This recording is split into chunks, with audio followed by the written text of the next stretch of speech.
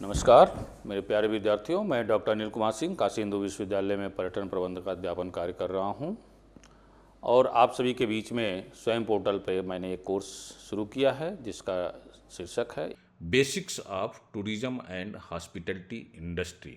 आज मैं इस कोर्स का आप लोगों के बीच में मॉड्यूल 7 का लेक्चर नंबर 2 चर्चा करेंगे और आधे घंटे तक हम लोग इस चर्चा में जो बात डिस्कशन में रखेंगे उस पर मैं बात करूंगा अनऑर्गेनाइज सेक्टर की जो है आवासीय व्यवस्था का, types of accommodation in unorganised sector. इसमें अनऑर्गेनाइज सेक्टर में बहुत सारे आवास की व्यवस्था है, जैसे धर्मशाला है, सराय है, सर्किट हाउस है, डॉक बंगलो है, लॉजेज है, बोर्डिंग हाउस है, यूथ हॉस्टल, यात्री निवास, railway, airport, retiring room, tourist camp, home stay, बहुत सारी जो है सेगमेंट हैं। इसके अलग अलग इम्पॉर्टेंट सेगमेंट हैं जो आवास की व्यवस्था को पूरा करते हैं अपने तरीके से, तो उन पे हम एक एक करके चर्चा करेंगे। उसके बाद हम बात करेंगे कि challenges faced by the unorganised sector accommodations, क्या क्या उनके सामने चुनौतियां हैं और इनका फ्यूचर क्या है, असंगठित क्षेत्र के आवास का भविष्य क्या है। तो शुरू करते हैं हम लोग जो है एकोमोडेशन के बारे में। जैसे कि एकोमोडेशन हम लोगों ने जानते ही हैं कि एकोमोडेशन एक प्रकार की आवासीय व्यवस्था है, वहीं अनऑर्गेनाइज्ड सेक्टर का जो एकोमोडेशन है वो consist of lodging establishment that operate without formal regulatory structure, जो औपचारिक नियामक संरचनाओं या मानकीकृत वर्गीकरण के बिना संचालित होते हैं। ये आवास अक्सर स्वतंत्र रूप से स्वामित्व वाले होते हैं, उनके पेशकश में लचीलेपन होता है और बजट जागरूक यात्रियों या अद्वितीय अनुभवों की तलाश करने वालों को पूरा करते हैं। लो बजट का जो है ये होटल होता है, तो जो घूमने के शौकीन लोग हैं जिनके पास पैसे की कमी होती है और वो स्टे करना चाहते हैं घूमने के साथ साथ कम बजट में, तो उनके लिए ये आवास की व्यवस्था उपलब्ध कराने के लिए ये तैयार बैठे हुए हैं अनऑर्गेनाइज सेक्टर के जो है आवासीय व्यवस्था। इसमें अलग अलग ऑर्गेनाइज सेक्टर के जो आवासीय व्यवस्था है उसका अलग अलग जो है सर्विसेज है और उनके बारे में हम लोग जो है चर्चा करेंगे। तो इसके जो प्रकार हैं, types of accommodation in the unorganised sector, असंगठित क्षेत्र में आवास के जो प्रकार हैं उसको हम देखते हैं। सबसे पहले जब हम देखते हैं कि धर्मशाला है या ashram, circuit house, dak bungalow, lodges, boarding house, ashram, यात्री निवास, railway, airport, retiring room, tourist camp, guest house and lodges, bed and breakfast, B&B इसको बोलते हैं, home stay, youth hostel, mansion and heritage homes, resort, condominiums and time shares, OYO rooms and budget hotels. ये कुछ important unorganised sector के हैं जिनके बारे में हम एक एक करके चर्चा करेंगे। तो इस चर्चा में हम सबसे पहले बात करते हैं, ये उनके नाम हैं जैसे कि धर्मशाला या सराय। तो धर्मशाला के बारे में हम जानते हैं कि ये धर्मशाला जो है रिलीजियस स्थानों पे, धार्मिक स्थलों पे जो है धर्मशालाएँ पाए जाते हैं। हम जब भारत में जब हॉस्पिटैलिटी का, भारत को तो कहा गया अतिथि देवो भव, तो ऐसे जो धार्मिक यात्राएं हैं भारत में प्राचीन काल के से तीर्थाटन की परंपरा देखने को मिलती है बहुत ही। जब दुनिया के देश में जो है सभ्यता संस्कृति का विकास नहीं हुआ था, तब से भारत में शिक्षा के उद्देश्य से और धर्म के उद्देश्य से धार्मिक यात्रा का अनेकों उदाहरण देखने को मिलता है। तो जो सराय हुआ करता था, चैत्य, विहार, ये जो आवासीय व्यवस्था थी प्राचीन काल की, वो इन्हीं के लिए धार्मिक यात्राओं के लिए, एजुकेशन की यात्राओं के लिए जो है ही थी।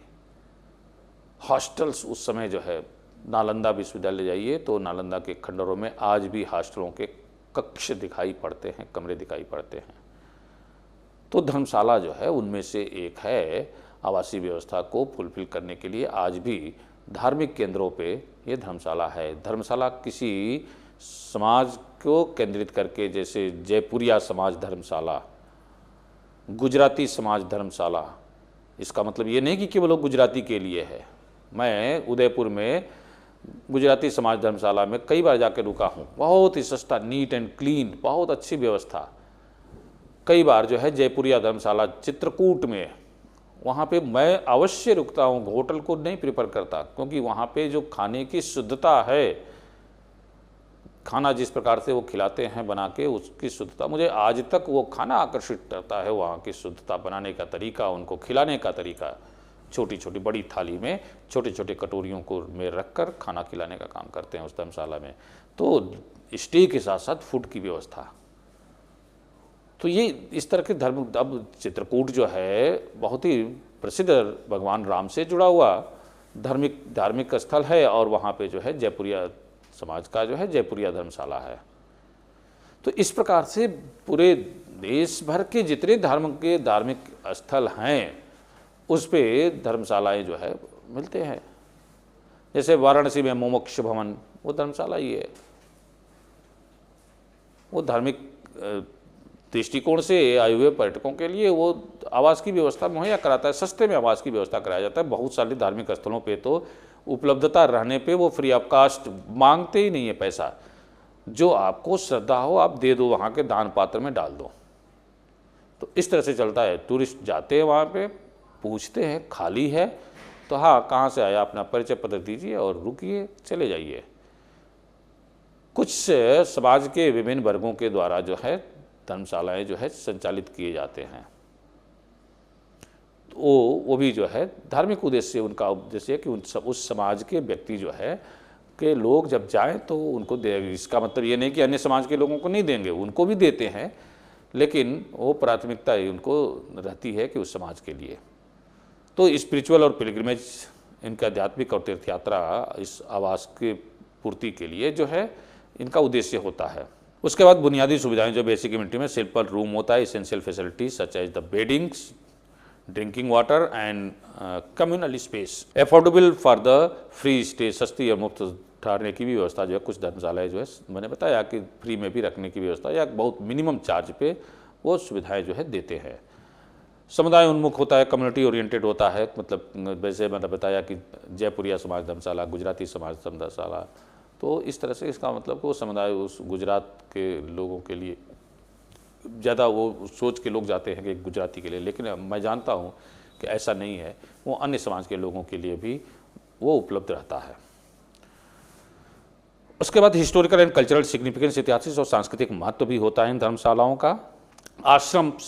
आश्रम जो है वो ये भी क्या है कि स्पिरिचुअल रिट्रीट्स और religious centre that provide accommodation for individual seeking meditation self react, मतलब ऐसे जो धार्मिक केंद्र जो उस धर्म से प्रेरित होकर कुछ व्यक्ति जो है आश्रम का निर्माण कराते हैं, जहाँ पे मेडिटेशन, योग और स्पिरिचुअल वेलनेस के लिए लोगों को वहाँ पे बुलाया जाता है, या लोग जाते हैं और जाके वहाँ पे रुकने का काम करते हैं।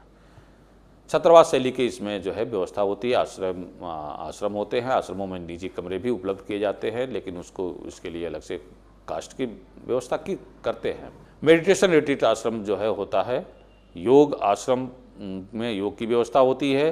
स्वयंसेवक आधारित आश्रम, मतलब खुद जो है सेवा, उस आश्रम में जाइए आपको सारी चीज़ें दे दी जाती हैं, जैसे कि थाली में खाना खाए तो खुद थाली को धोना फ्री ऑफ कास्ट में जो है।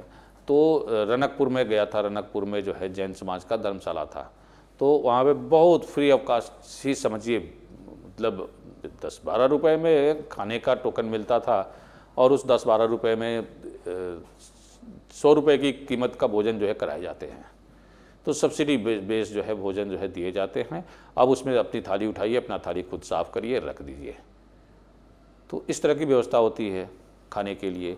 तो ये इस तरह के आश्रमों में भी इस तरह की व्यवस्थाएं होती है। तीर्थ आश्रमों में जनरली जो है तीर्थाटन के पर्पज़ से लोग जो जाते हैं, तो वहाँ गुरुओं के निकट जो है वो आश्रमों में रुकते हैं, और वहाँ पे रुक के जो है इस तरह का आश्रम की आवासीय व्यवस्था का लाभ लेते हैं।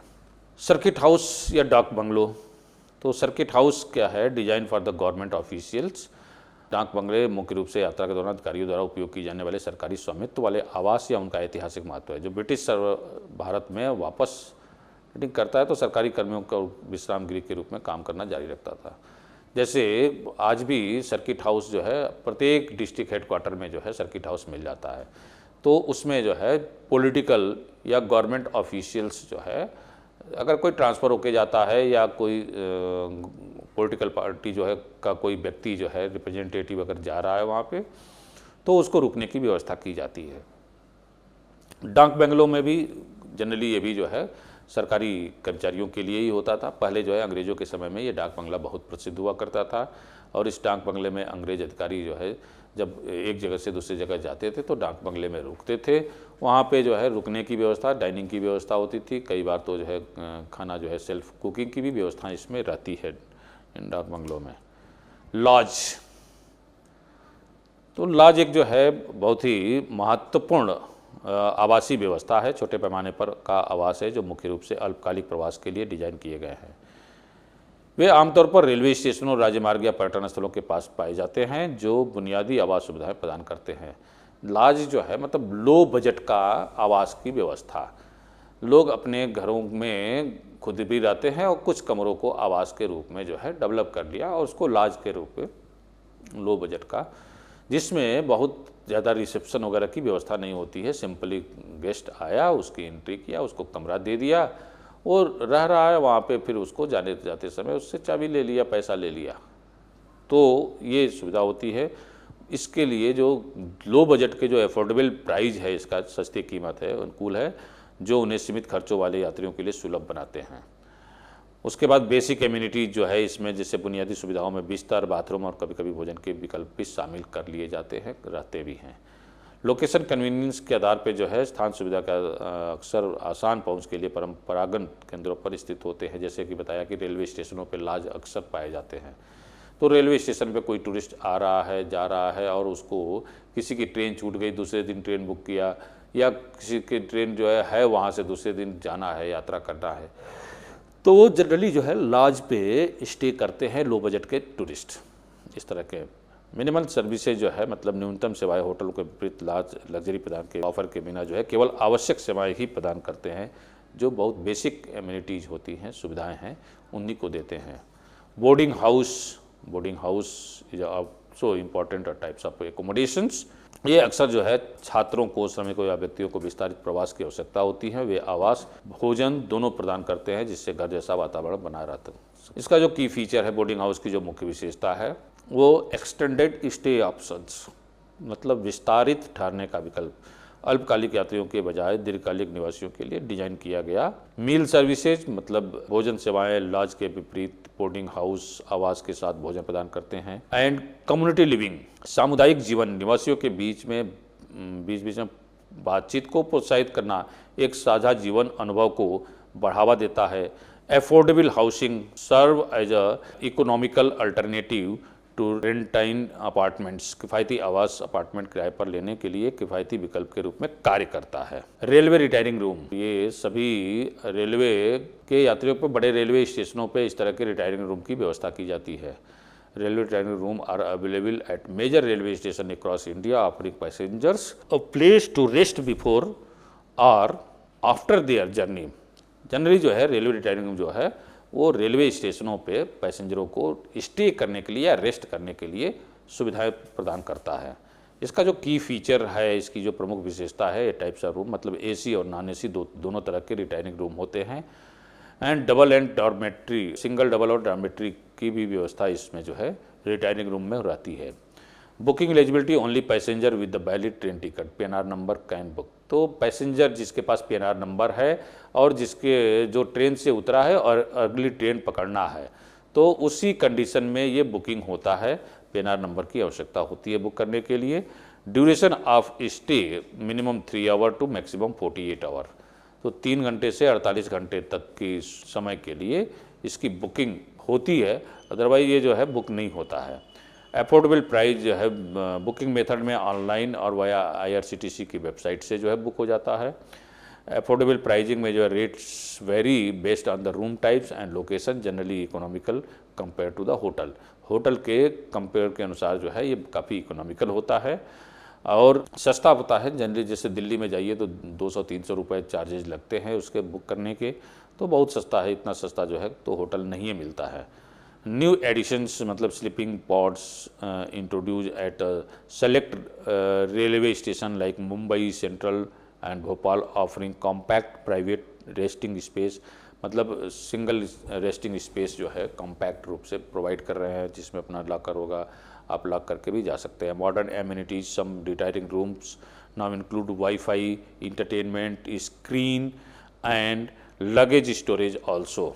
एयरपोर्ट रिटायरिंग रूम मतलब जैसे रेलवे रिटायरिंग रूम है उसी तरह से एयरपोर्ट पे भी लॉन्ज होते हैं। लॉन्ज के अलावा भी जो है बहुत सारे अलग कुछ वेटिंग एरिया होती है, रेस्टिंग एरिया होती है। रिटायरिंग रूम उसको तो वहाँ जो है वो जनरली जो है उस पर आप वहाँ पे रेस्ट कर सकते हैं, आराम कर सकते हैं, और कुछ जो है पेड बेसिस पे जो है वहाँ पे स्टे करने के लिए, सोने के लिए भी व्यवस्था प्रदान की जाती है। तो उसका लोकेशन कन्वीनियंस मतलब स्थान सुविधा हवाई अड्डे के टर्मिनलों के भीतर या आसपास पाया जाता है। टाइप्स ऑफ रूम जो है सिंगल, डबल और डॉर्मेट्री स्टाइल एकोमोडेशन भी होते हैं इसमें। Booking method online via airport website और एट एयरपोर्ट सर्विस काउंटर्स, या तो आप जो है एयरपोर्ट सर्विस काउंटर पे जाके बुक कर लीजिए या एयरपोर्ट की वेबसाइट के से बुकिंग की जा सकती है। प्रीमियम सर्विसेज है, some airports retiring room offer lounge access, shower and business facility also, व्यावसायिक सुविधाएं भी प्रदान करते हैं। यात्री निवास भी जो है एक प्रकार का जो है आवासीय व्यवस्था है अनऑर्गेनाइज सेक्टर का, जिसमें मुख्य रूप से यात्रियों को विशेष रूप से तीर्थयात्रियों के लिए डिजाइन किए गए आवासों को संदर्भित करता है। इसका जो प्रमुख जो स्वरूप है वो पिलग्रिमेज लॉजिंग मतलब तीर्थयात्रा आवास मंदिर, धार्मिक स्थलों और पर्यटन स्थलों के पास स्थित होते हैं। बजट फ्रेंडली स्टे होता है। बहुत ही बजट यात्री निवास में जो है बहुत लो बजट के में रुकने की व्यवस्था की जाती है। कम्युनिटी ओरिएंटेड होता है, समुदाय उन्मुख तीर्थयात्रियों के बीच बातचीत को प्रोत्साहित करता है और एक साझा आध्यात्मिक अनुभव को बढ़ावा देता है। गवर्नमेंट एंड ट्रस्ट मैनेज्ड, तो यात्री निवास को या तो गवर्नमेंट मैनेज करती है या लोकल कोई जो है ट्रस्ट या कम्युनिटी कोई मैनेज करने का काम करती है। कई यात्री निवास आवास पर्यटन विभागों द्वारा धार्मिक संस्थानों द्वारा संचालित किए जाते भी हैं। जैसे बेसिक फैसिलिटीज में जो include simple rooms, dormitory options, dining services and security provisions. बुनियादी सुविधाएं, साधारण कमरे, छात्रावास, विकल्प, भोजन सेवाएं और सुरक्षा प्रावधान इसमें शामिल है। टूरिस्ट कैंप एंड ओवरव्यू, तो टूरिस्ट कैंप में जो टूरिस्ट जो है नेचुरल साइट्स पे जनरली जब जाते हैं जहाँ पे आवास की व्यवस्था नहीं है तो वहाँ पे टेंट के द्वारा जो है आवास की व्यवस्था प्रदान की जाती है, तो उसको टूरिस्ट कैंप कहते हैं। तो जैसे एडवेंचर कैंप है, इको कैंप है, लग्जरी कैंप है, वाइल्ड लाइफ कैंप है, पिलग्रिमेज कैंप है, सीजनल कैंप है। सीजनल कैंप मतलब जैसे सीजनल टूरिज्म में, जैसे रण आप कक्ष में आप जाइए तो रण आप कक्ष में जो है आपको टूरिस्ट कैंप बहुत ढेर सारे देखने को मिलते हैं। वहाँ पे रण आप कक्ष का जो है मेला भी लगता है, फेस्टिवल होता है, सेलिब्रेशन होता है, तो उस दौरान भी जो है लोग खूब ढेर सारी संख्या में टूरिस्ट वहाँ पहुँचते हैं, स्टे करते हैं। टूरिस्ट कैंप का जो फैसिलिटी सर्विस जो सुविधाएं हैं, टेंट एकोमोडेशन होता है, डाइनिंग का ऑप्शन होता है। डाइनिंग ऑप्शन मतलब खाने पीने की और कैंप फायर की व्यवस्था जो है, बुफे भी की व्यवस्था रहती है, गाइडेड एक्टिविटीज़ होती है, निर्देशित गतिविधियाँ जैसे वन्यजीव सवारी और सांस्कृतिक अनुभव की व्यवस्था होती है। सेफ्टी मेजर्स पे ध्यान रखा जाता है कैंप में, जैसे प्राथमिक चिकित्सा सुरक्षा और आपातकालीन स्थिति में जो है कैसे उस इमरजेंसी सिचुएशन से बाहर निकला जाए, उसके लिए भी जो है व्यवस्था रहती है। इको फ्रेंडली प्रैक्टिसेज होती हैं, पर्यावरण के अनुकूल अभ्यास, अवशिष्ट प्रबंधन और सौर ऊर्जा, जल संरक्षण जैसे चीज़ों पर विशेष ध्यान दिया जाता है। गेस्ट हाउस है, गेस्ट हाउस एंड जो इसका जो अवलोकन हम करते हैं तो देखते हैं कि गेस्ट हाउस जो गेस्ट को स्टे करने के लिए दिया जाता है, ये जो है personalise services manage by the individual और फैमिली या इंश्योरिंग द वार्म वेलकम, मतलब गर्मजोशी के साथ जो है स्वागत करके जो है व्यक्तिगत रूप से टूरिस्ट को सुविधाएं मुहैया कराने का काम करता है। अफोर्डेबल प्राइसिंग होती है, गेस्ट हाउस की कीमत जनरली जो है होटल से कम होती है। लिमिटेड रूम होते हैं, इसमें कम कमरे होते हैं और similar in scale, typically ranging from few rooms to dozens, मतलब कमरों से लेकर 1 दर्जन तक, कुछ कमरों से लेकर 1 दर्जन कमरे तक इसमें हो सकते हैं। बेसिक एमिनिटीज़ में बिस्तर, बाथरूम, कभी कभी भोजन के विकल्प भी शामिल होते हैं गेस्ट हाउस में। लोकल एक्सपीरियंस जैसे कि अक्सर क्षेत्रीय संस्कृति, वास्तुकला और परंपराओं को दर्शाता है। गेस्ट हाउस जो है जिस एरिया में होता है वहाँ की लोकल कल्चर को, लोकल संस्कृति को जो है वो उससे पता चल जाता है। तो बेड एंड ब्रेकफास्ट का जो व्यवस्था है, बिस्तर और नाश्ता, इसका जो personalise stay where the guest receive breakfast typically hosted by the owners, bed and breakfast B&B and the small lodging establishment that offering overnight accommodation along with the breakfast. They are typically family run, providing a cozy and personalized experience compared to hostels. इसका जो प्रमुख विशेषता है B&B का, वो personalise services है, जिनकी सेवा है। Host often intact directly with the guest, ensuring a warm and welcome stay, home like atmosphere, घर जैसा माहौल। मतलब B&B जब में क्या होता है कि घर के ही 1-2 कमरे को गेस्ट के लिए तैयार रखते हैं और उसके लिए नाश्ते की व्यवस्था रहती है, इसमें ऐड रहती है। तो जब कोई गेस्ट आके रुकता है और उन घर के परिवार के लोगों के साथ वो घुल मिल के नाश्ता करता है, तो उसको लगता है कि मैं भी अपने घर जैसा ही माहौल है। तो ये एक फ्रेंडली इन्वायरमेंट होता है इसमें जो है, इसका जो एक प्रमुख विशेषता है। ब्रेकफास्ट इंक्लूडेड नाश्ता इसमें शामिल होता है। लिमिटेड रूम होते हैं, 1 या 2 या कमरे ही जो है इसमें लोग जो है B&B में रखते हैं। Often reflect regional culture and architecture and tradition, जो उस पर स्टे करता है वहाँ की फैमिली के जो रीजनल कल्चर है, ट्रेडिशंस है, लाइफ स्टाइल है, फूड हैबिट है, उसको शो करता है, दर्शाता है, दिखाई पड़ता है। हवेली और हेरिटेज होम्स, हवेली और हेरिटेज होम्स मतलब बहुत सारे राजाओं की हवेलियाँ जो है इस टूरिज्म सेक्टर में जो है एक इम्पॉर्टेंट एकोमोडेशन को इनरीच करने का काम कर रही हैं। हेरिटेज होटल के बारे में भी मैंने बताया हेरिटेज उनके पैलेसेज को होटल में कन्वर्ट किए गए और वो आज जो है एक महत्वपूर्ण स्टे का जो है कंपोनेंट हैं। तो इसका जो की फीचर्स है हवेली और हेरिटेज होम्स की, दैट इज़ द स्थापत्य भव्यता, आर्किटेक्चरल जेंडर्स, मतलब जो स्थापत्य कला के जो टेक्नोलॉजी है वो जो है वो भव्यता प्रदान करती है इस तरह की हवेलियों का, हेरिटेज का, प्रॉपर्टी का। हिस्टोरिकल सिग्निफिकेंस, ऐतिहासिक महत्व इसका बहुत होता है। कल्चरल प्रिजर्वेशन, सांस्कृतिक संरक्षण होता है, विशाल लेआउट होता है। एंड विलासिता और लालित्य, some heritage homes have been converted into the boutique hotel और cultural centre also. Resort condominium, resort condominium एक रिजॉर्ट परिसर के भीतर निजी स्वामित्व वाली इकाइयाँ हैं जो मेहमानों को साझा सुविधाओं तक पहुँच के साथ घर जैसा अनुभव प्रदान कराती हैं। तो इसका जो की फीचर है रिजॉर्ट कंडोमिनियम का, वो है फुली फर्निश्ड यूनिट, पूरी तरह से सुसज्जित इकाइयाँ इसमें होती हैं, जैसे कि include kitchen, living room spaces and private bedrooms. Resort amenities, access to pools, spa, fitness center and recreational activities also. Ownership option, स्वामित्व can be rented from the short term or owned by a vacations properties. And privacy and comfort, गोपनीयता और आराम, provide a more spacious and independent stay compared to the hotel. Home stay, home stay is a unique accommodation experience, यह एक अद्वितीय आवास का अनुभव है। इसमें होम स्टे में आवास है जहां यात्री स्थानीय परिवार के घर में रहते हैं, जो एक व्यापक सांस्कृतिक अनुभव प्रदान करते हैं। होटल के विपरीत होम स्टे एक व्यक्तिगत स्पर्श प्रदान करते हैं, जिससे मेहमान मेजबानों के साथ बातचीत कर सकते हैं, स्थानीय परंपराओं का अनुभव कर सकते हैं और घर के बने भोजन का आनंद ले सकते हैं। यात्री स्थानीय परिवारों के साथ रहते हैं, सांस्कृतिक विसर्जन और प्रामाणिक आतिथ्य का अनुभव करते हैं। होम स्टे में जो यात्री रहते हैं उनका जो है उस परिवार के साथ विशेष लगाव हो जाता है और उन परिवार के जो लाइफ स्टाइल है, कल्चर है, संस्कृति है, उससे वो परिचित होते हैं। तो इसका जो की फीचर है वो निजीकृत आतिथ्य की व्यवस्था होती है। इसमें guest receive warm family style services, मतलब गर्मजोशी के साथ जो है फैमिली पारिवारिक जो सेवाएं हैं उसको जो है वो प्राप्त करता है। कल्चरल इमर्शंस, मतलब सांस्कृतिक विसर्जन, travelers experience local customs, tradition and cultural tradition and cuisines.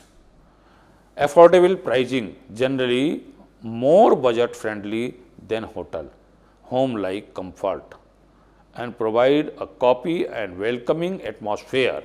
Local guidance host often help guests explore nearby attractions. जब होम स्टे के प्रकार को हम देखते हैं तो पारंपरिक होम स्टे मतलब परिवार द्वारा संचालित आवास एक वास्तविक स्थानीय अनुभव प्रदान करता है। लग्जरी होम स्टे मतलब प्रीमियम सेवाओं के साथ उच्च स्तर का घर होता है, जिसमें प्रीमियम कैटेगरी की जो है सेवाएं आपको उच्च स्तर की सेवाएं जो है प्रदान की जाती है। इको फ्रेंडली होम स्टे मतलब environmental eco friendly eco tourism sites पे इस तरह की व्यवस्थाएं होती है और वहाँ पे स्टे करने के लिए कुछ डूज एंड डोंट्स होते हैं, उसको फॉलो करते हुए इको फ्रेंडली होम स्टे का आनंद लेते हैं। फार्म स्टे होम स्टे मतलब बड़े बड़े फार्म हाउस के रूप में जो है स्थान डेवलप किए जाते हैं और उन डेवलप स्थानों पे जो है इस तरह की सुविधा होती है। स्पिरिचुअल होम स्टे मतलब आध्यात्मिक होम स्टे तीर्थ स्थलों के पास पाया जाता है। धार्मिक यात्रियों के लिए खान पान की व्यवस्था करना इनका जो है प्रमुख जो है इनकी कैरेक्टरिस्टिक्स के रूप में हम जानते हैं। तो home stay offer unique and enriching way to experience travel, making them a popular choice for those seeking authenticity and comfort. Time share भी जो है एक प्रकार की आवासीय व्यवस्था है। प्रत्येक वर्ष जैसे कि ये शेयर्स का मतलब ही है कि लंबे समय प्रत्येक वर्ष एक विशिष्ट अवधि के लिए छुट्टी संपत्ति का उपयोग करने का अधिकार खरीदारों की अनुमति देने के लिए जो है कोई आया पर्यटक और किसी की प्रॉपर्टी जो है लंबे समय से बंद है उसको जो है वो for the time period 3 month to 1 year जो है उसको रेंट पे लेता है और वहीं पे स्टे करके स्टे के आवास का भी पूर्ति करता है और फूड एंड बेवरेज की सेल्फ कुकिंग करके जो है खाना बना के खाता है। तो फिक्स्ड और floating weeks owners can book a set week और चूज फ्लेक्सिबल डेट। मालिक एक निर्धारित सप्ताह बुक कर सकते हैं या लचीली तिथियां चुन सकते हैं। एक्सचेंज प्रोग्राम इसमें ऑर्गेनाइज होता है। विनिमय कार्यक्रम कुछ टाइम शेयर कंपनियां मालिकों को स्थानीय का स्वैप करने की अनुमति देती है। कॉस्ट इफिशिएंसी मतलब more affordable than purchasing a full vacation home. छुट्टी लागत दक्षता एक पूर्ण छुट्टी पर खरीदने की तुलना में अधिक किफ़ायती होती है। बजट होटल, तो बजट होटल जो है क्या है कि एक किफ़ायती आवास है जो लागत सचेत यात्रियों के लिए डिजाइन किए गए। वे लग्जरी सुविधाओं के बिना आवश्यक सेवाएं प्रदान करते हैं जो उन्हें कम करने व्यापार यात्राओं और वेकफेयर्स के लिए आदर्श प्रदान करते हैं, आदर्श बनते जाते हैं। तो बजट होटल की जो प्रमुख विशेषता है एफोर्डेबल प्राइसिंग, बेसिक कम्युनिटीज इसमें होती है, वाईफाई वगैरह जो है की सुविधा होती है, इसेंशियल फैसिलिटी जो है वहाँ पे मिल जाती है। कन्वीनियंट लोकेशन मतलब लोकेशन भी बजट होटल का अच्छा होता है, सिटी एरिया के पास होते हैं, सिटी एरिया में ही होते हैं। लिमिटेड सर्विसेज होती है। No high end features like a spa, a fine dining and standardised room, simple furnishing with the functional designings के साथ जो है ये कहते हैं। ओयो रूम्स जो है हम सभी जानते हैं कि ओयो जो है एक बहुत ही महत्वपूर्ण इम्पॉर्टेंट सेगमेंट है एकोमोडेशन सेक्टर का। ये ओयो जो है एक प्लेटफॉर्म है और ओयो प्लेटफॉर्म के द्वारा जो है रूम की बुकिंग होती है और उस रूम के बुकिंग के जो इसका जो है कारण है बहुत ही तेज़ी के साथ डेवलप हुआ। क्यों डेवलप हुआ? क्योंकि प्राइजिंग जो है लो कास्ट में जो है अच्छे आवासीय व्यवस्था को उपलब्ध कराता था। Offer budget friendly stay with the competitive rates and standardized services ensure uniform amenities to the Wi-Fi, AC and hygiene washrooms. Wide availability present a multiple cities catering to business and leisure travelers. Easy booking allow online reservation with the OYO website और mobile app के माध्यम से भी OYO का जो है room की booking की जा सकती है। फ्लेक्सिबल स्टे ऑप्शंस मतलब स्टे में भी फ्लेक्सिबिलिटी की सुविधा रहती है। टाइप्स ऑफ ओयो अकोमोडेशन में OYO flagship hotel and it's premium budget hotel with the enhance services, OYO township hotels which are designed for the business travelers with the modern amenities, OYO homes, private home stay offering a local experience, OYO life, long term rental accommodation for the sustainable and professional, Oyo vacation home, holiday rental in the scenic locations, challenges faced by the organized sector। क्या क्या challenges face किए जाते हैं organise sector में, तो हम देखते हैं कि इनकॉन्सिस्टेंट सर्विसेज मतलब असंगत सेवा गुणवत्ता में सीमित संसाधनों और मानकीकृत परीक्षणों की कमी के कारण, रेगुलेटरी का कंप्लायंसेज मतलब नियामक अनुपालन में जो है चैलेंजेस फेस किए जाते हैं, लिमिटेड मार्केटिंग रिस्क होती है, सीमित विपणन की पहुंच होती है, छोटे परिसरों में अक्सर मार्केटिंग बजट और ऑनलाइन उपस्थिति की कमी होती है, एंड फाइनेंशियल कंस्टेंट्स जो है वित्तीय बाधाएं भी बहुत आती हैं, जैसे कि improve the facilities that compare the organise players. और क्या इसका फ्यूचर है, तो future of the unorganised sector accommodations, तो हम देखते हैं कि ऑनलाइन ट्रेवल प्लेटफॉर्म के बढ़ते प्रभाव के साथ इनमें से कई स्वतंत्र प्रतिष्ठान दृश्यता प्राप्त कर रहे हैं, जिनसे उन्हें तेजी से विकसित हो रहे बाजार में प्रतिस्पर्धा करने में मदद मिल रही है। असंगठित क्षेत्र लगातार अनुकूलन कर रहा है और जिसमें कई डिजिटल प्लेटफॉर्मों को अपना रहे हैं, जैसे सेवा के मानक को बढ़ रहे हैं और आधुनिक यात्रियों की बदलती सुविधाओं को पूरा करने के लिए अपनी पेशकश में अद्वितीयता ला रहे हैं। तो ये कहा जा सकता है कि जो अनऑर्गेनाइज सेक्टर का एकोमोडेशन है उसका भी फ्यूचर जो है अच्छा है, और वो भी धीरे धीरे जो है ग्राहकों पे विश्वास अपना जमा रहे हैं, और उसके कारण जो है तेजी से के साथ जो है जो जिनकी पेइंग कैपेसिटी कम है ऐसे ग्राहक इनके पास जो है आकर्षित होते हुए चले आ रहे हैं और ये सुविधाएं जो है आवास की सुविधाएं ले रहे हैं। तो आप सभी ने आज जो इस लेक्चर को सुना ध्यानपूर्वक, हम उसके लिए आपके प्रति कृतज्ञता अर्पित करते हैं, धन्यवाद अर्पित करते हैं। बहुत बहुत धन्यवाद। नमस्कार, जय हिंद। नमस्कार, आप सभी ने ध्यानपूर्वक सुना, बहुत बहुत धन्यवाद। जय हिंद।